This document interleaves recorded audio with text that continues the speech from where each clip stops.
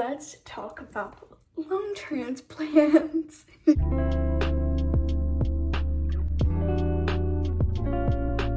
Hi, I'm Noelle. If you don't know me, I was born 24 weeks early. I was 24 weeker, and I was born with something called bronchial pulmonary dysplasia.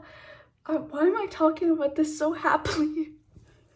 I was born with, I was born with bronchial pulmonary dysplasia, which basically is a disease in where your lung cells are super tiny and underdeveloped. So my lungs were very stunted and kind of didn't grow with my body, and so I could not breathe correctly.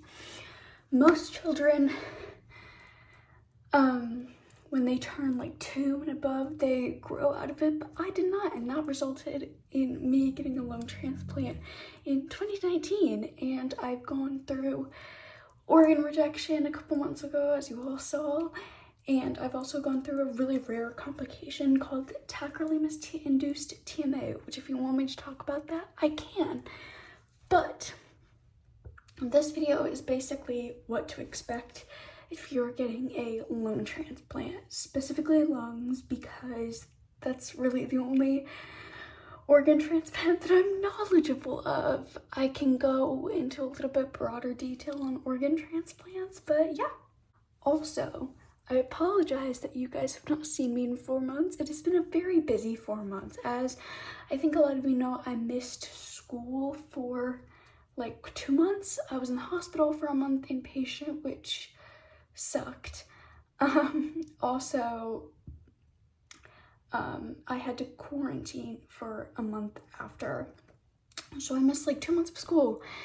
And that sucks, especially being a junior in high school and being 17 and, you know, looking at colleges, or starting to look at colleges now, but it's been very busy. Also, I feel like, I don't know, my room is different. It's changed. I moved my bed, and I moved my desk and all that. So that's interesting.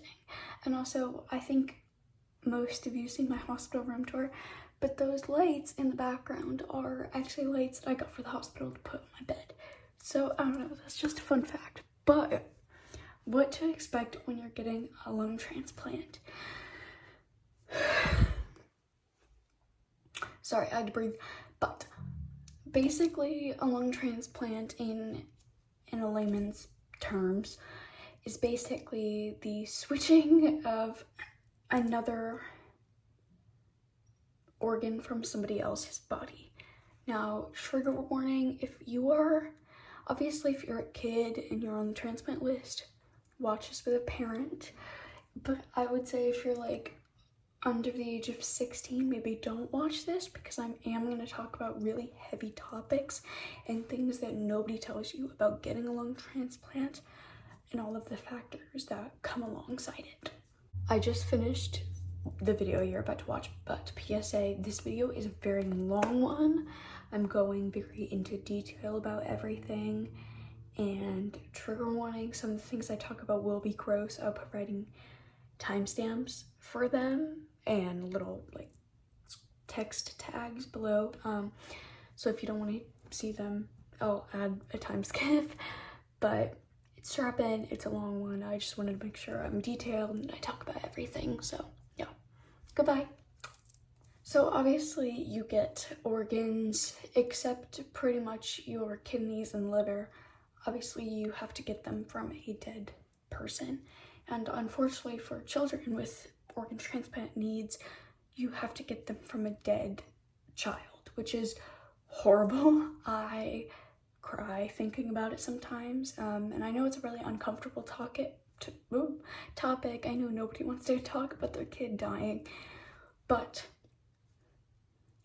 please, if you are on the fence about it and you are worried about it, please, please, please be an organ donor. Please make your child an organ donor. It can help not just one kid, not just 2 kids, but like several kids. And it's a very uncomfortable topic. It sucks, but I know it's uncomfortable. Nobody wants to talk about a child dying, but genuinely, it benefits so many kids around the world. The first part of the lung transplant process is you getting evaluated to go on the transplant list. So basically, the evaluation basically takes of so many tests. I took the evaluation process, I think, when I was like 8. Basically, they have to make sure you're of the correct weight for your like age group. Like they have to measure like your width of your body wherever you're getting that. They obviously measured like my rib cage to make sure the lungs would fit properly, and they had to get all my dimensions. They had to take blood tests, MRIs, basically just make sure I was fit the criteria for an organ transplant or organ transplant recipients. Correct me if I'm wrong. That is, I'm pretty sure the evaluation process is something they do for every single organ transplant. So whatever organ you're getting transplanted, they will do that. So be prepared for that.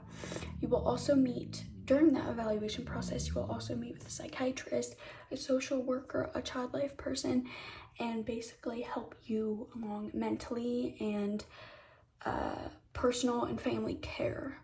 Yeah, I remember during those meetings, I pretty much just played Roblox on an iPad. I was so locked in and I didn't want to be there. The actual waiting period. The actual waiting period sucks. I waited for a year and a half. I got evaluated when I was 10 and I got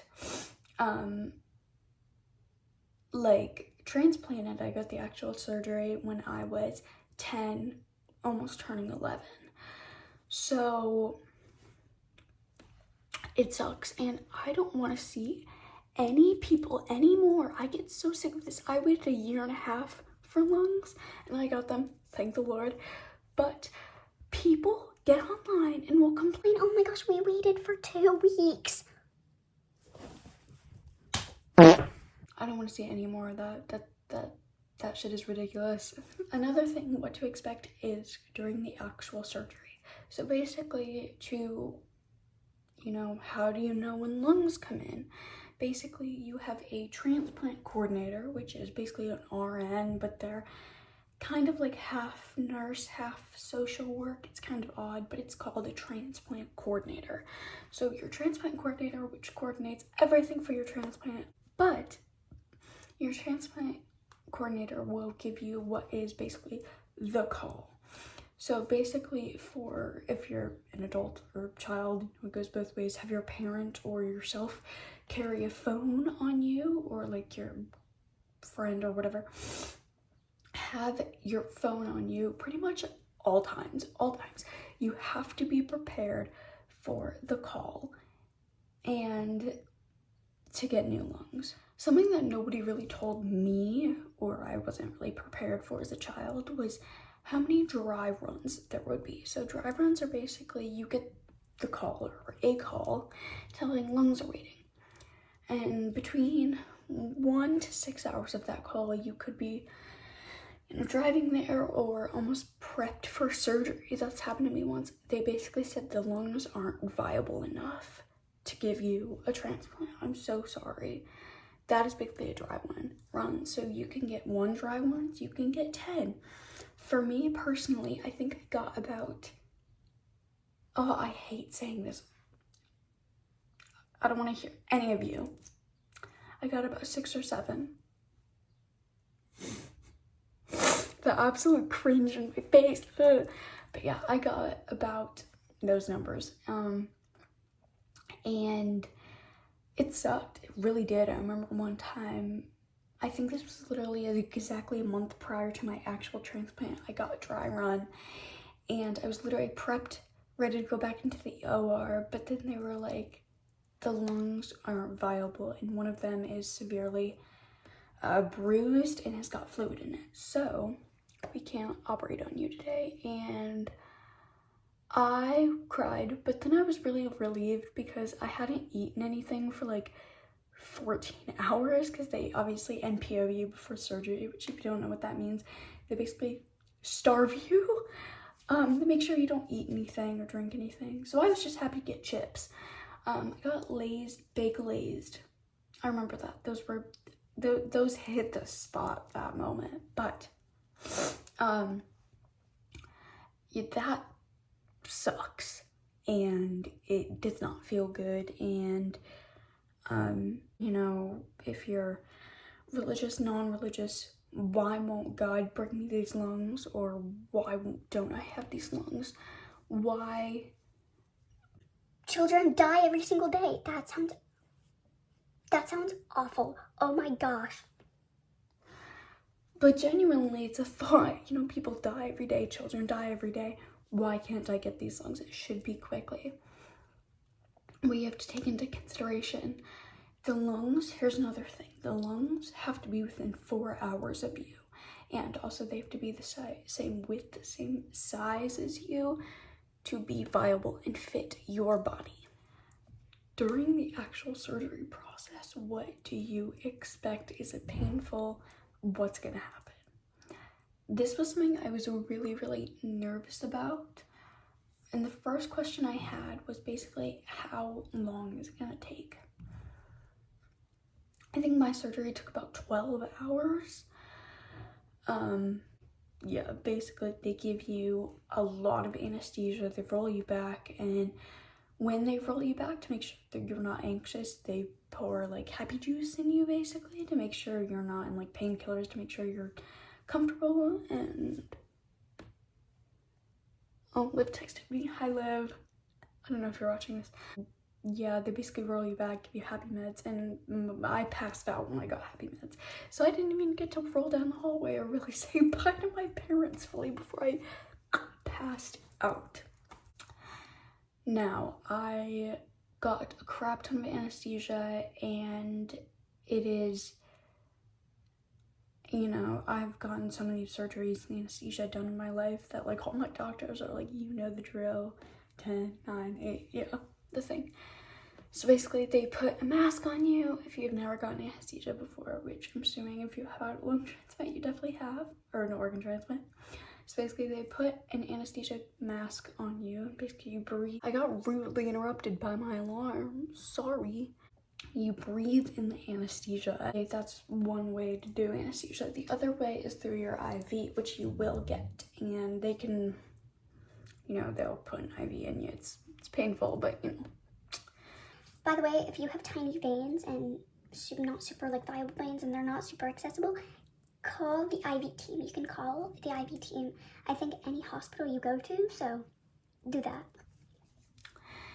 And then once you're knocked out, and this is the scariest part for me during this whole process, once you are knocked out and directly after, you will experience hallucinations and kind of be in a coma for a little bit. That, to me as a child, was very scary. I didn't really know what was going on, but it worked out. You know, as time goes on, you get weaned off the hallucinations and you're basically strapped to a bed to make sure nothing happens, and you're being monitored 24/7, like a week after the transplant. So that's okay. Next, the scar. What will it look like? How will it change? And does it hurt? So basically, depending on where you get your organ transplant, I am gonna be talking about lungs. So basically, I'm gonna like stand up, kind of. Okay, I'm getting on my knees. I'm wearing pants, I promise. Anyways, but I'm obviously not gonna show you because, yeah. My scar is basically a seashell scar. So it's right under my chest. So yes, you can also, I know that there are scars going like this way.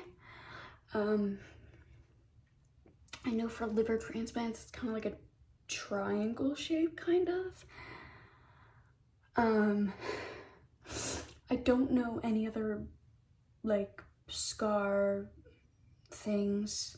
It will look very ugly. It does not look cute. It's not very glamorous. But definitely with time and with years and within time, it'll basically just turn the same color as your skin, so no need to worry about that. What happens right after surgery? What, in terms of lung transplants, what does your first breath feel like with your new lungs? Does it feel better? So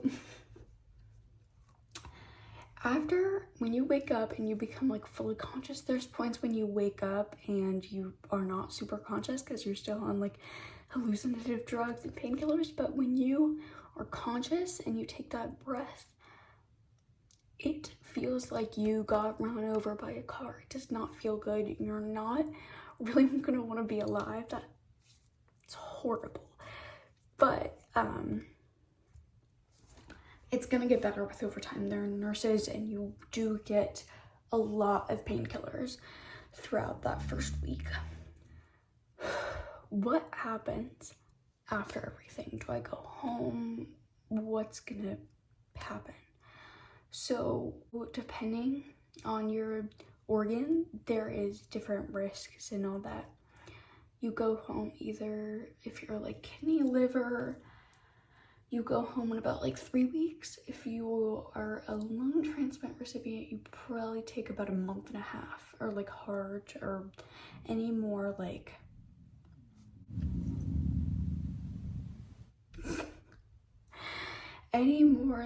organs kind of in your chest cavity. Intestines, I'm pretty sure it's like 2 months admitted, but during those 2 months, you'll be fine. If you're very closely monitored. But going home will not be super easy. You won't have nurses to rely on you, and it's gonna be really hard to start walking. Basically, they make you get up and start walking about a week and a half after your surgery, and so it will be very painful to even just sit up. So be prepared for that, and they will numb you and give you painkillers, so it makes it easier, but it still does not feel great. Like I said, talking, walking, and just getting back to your normal life and will be an adjustment. They usually advise you do physical therapy for the first like 3 months while you're home, whether that's physical therapy locally or just at home. There are some times where, me personally, this happened to me. After lung transplant, I had a massive infection, which caused me to be inpatient longer. So that is a risk. And it is not a good one. It basically, regularly I would have been in the hospital very late April, early May to like late June. And then I had a bronch, and basically, trigger warning, you can skip to this timestamp if you're disgusted by not normal things, but disgusted easily. Basically, they did a bronch, looking at your scar, basically shoving the camera down your throat, looking at your lungs to make sure they're healthy. But they did that, and they basically opened my scar, cleaned it out, and they just opened it and found a massive just pus everywhere, and it was just a really, really bad infection. So basically what would have been like late April to mid-June became late April to September. So I spent that entire summer in the hospital, which was hard, but I basically got a mix of inpatient and outpatient during those. So you do go outpatient, considering where you live locally, or if you live in like a hotel or a charity house. For me personally, I'm not afraid to name drop my hospital. I go to UPMC Children's Hospital of Pittsburgh, which if you live like anywhere near the East Coast, especially during that like northern area, I would definitely recommend Children's Hospital of Pittsburgh. They are amazing, but I live in Virginia. And so that really wasn't like super accessible to me. And so I couldn't go home. And by the way, when I say mix of inpatient and outpatient, it's not like, oh, you go home for 2 weeks. No, but like a mix of inpatient and outpatient, where inpatient you are admitted to the hospital, but outpatient you are still going to like regular clinics and you're not necessarily in home yet. So be prepared for a mix of that, especially if you don't live locally. Basically doing checkups every week. If you have an infection, doing same-day surgery, which is basically just cleaning out your scar, making sure the infection is going away. A lot of things that people do not expect, which is hard to kind of talk about, is the trade of one disease to another. But for the first 2 years after my transplant, I really struggled with diabetes. I had steroid-induced diabetes. Obviously, once they weaned off my steroids, which did take like 2 years, my diabetes went away. It sucks. I had to get an Omnipod and a Dexcom, and basically I had to be monitored for that. And it was just a different way of living. And fun fact, if you are steroid and hairy, usually I get my Dexcom right here or right here. And if you're hairy, like I'm gonna see because I'm still on steroids, I'm pretty hairy, my arms. So basically Dexcom, you have to kind of tape it to your arm, but back here, you can't really see it, but I am like, we used to shave this part of my arm, so, and like rip the tape off when we needed to change the Dexcom. So it sucked, and my hair is like partially not grown right here. So that's fun. Be prepared to, and it's not just diabetes. Diabetes is the most common after effect. It can also be like stomach issues, not necessarily anything drastic, but like after transplant for me, they thought I had IBS. So for the next like year and a half, I just had a really upset stomach at times, and it was just from the amount of meds I was taking. So basically be prepared to have some bowel issues and some stomach issues, as much as that sucks. Another thing that people don't talk about is staying in the hospital for your birthday or holidays, or anytime you really want to see your family. So I was blessed to have my transplant at 10, and so my family was pretty much always there. But because of the infection, I did have to spend my birthday in the hospital, my 11th birthday. Now, did they sprung me out for a party kind of when my doctors didn't know?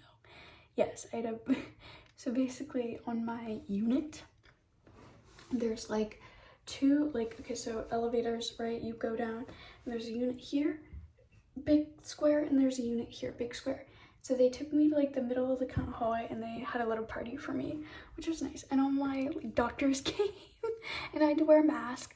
One of my CT surgeons made a unicorn cake for me.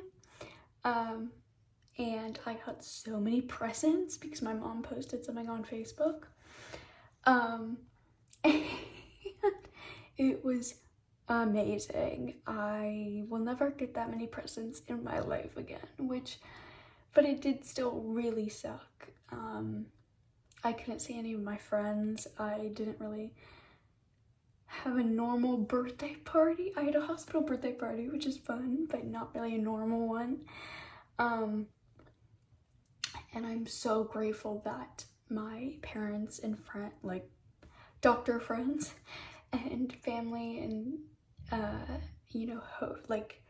hotel friends, which because we stayed in like the hotel charity house connecting to the hospital, but charity house friends came and basically just sprung me out for a party. I'm very grateful, and that really cheered me up and made my day. I think something that is very saddening that we don't talk about is the guilt of having an organ transplant. Basically the guilt of being alive.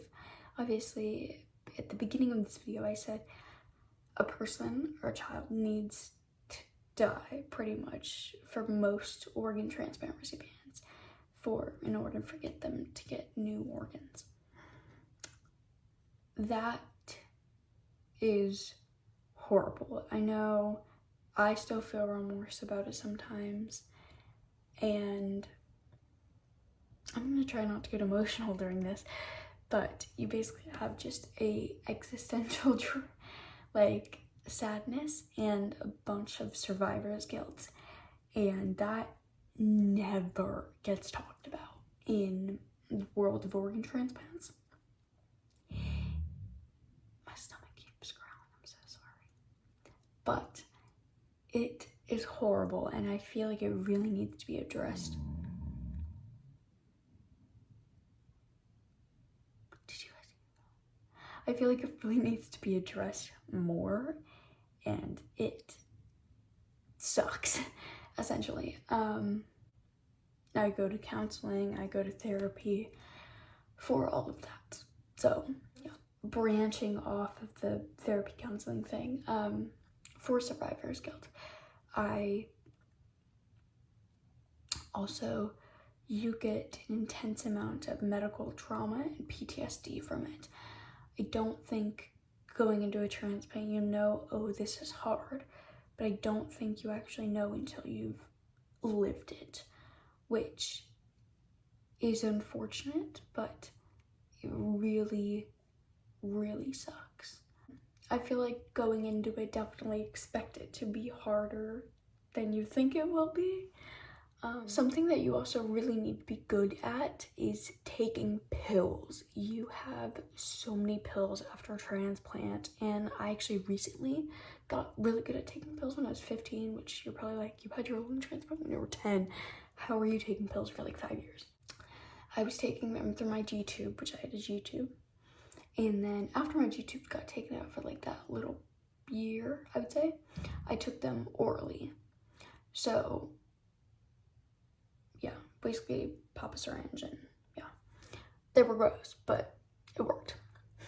But yeah, if you have any more questions, leave them in the comments down below. I know that I'm probably gonna get questions about your donor who gives you the organs.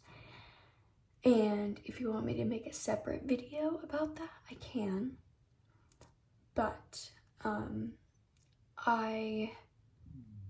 it's not that I don't feel comfortable sharing that. I just, right now, I would need to like script that and kind of censor it, because I really don't want to say the name of my donor and my donor's family. I really don't want to talk about that, because I do know my donor's family. But if you want to know the whole process of that, leave a comment down below and I will make a video about it. But that's basically it. I know this was a really long video, but I kind of wanted to talk about pretty much everything that makes a lung transplant, because I remember when I was a kid, there wasn't really any videos like this to prepare me. So yeah. Yeah, that's basically it. Okay, I will try to post a video whenever I can. My school is almost ending this year, which is scary. I'm gonna be a senior. I'm actually really nervous about that, but I will get through it just fine. And if you'll excuse me, I'm gonna go do some homework, because homework is important, guys. You should do that, because it's a Sunday night. And yeah, but I know this was a longer video, and I'm sorry you had to mull through this, but I think it's really important to talk about. So yeah, if you have any other video suggestions, leave them down below. And this is Noel signing out. I love you all. Goodbye.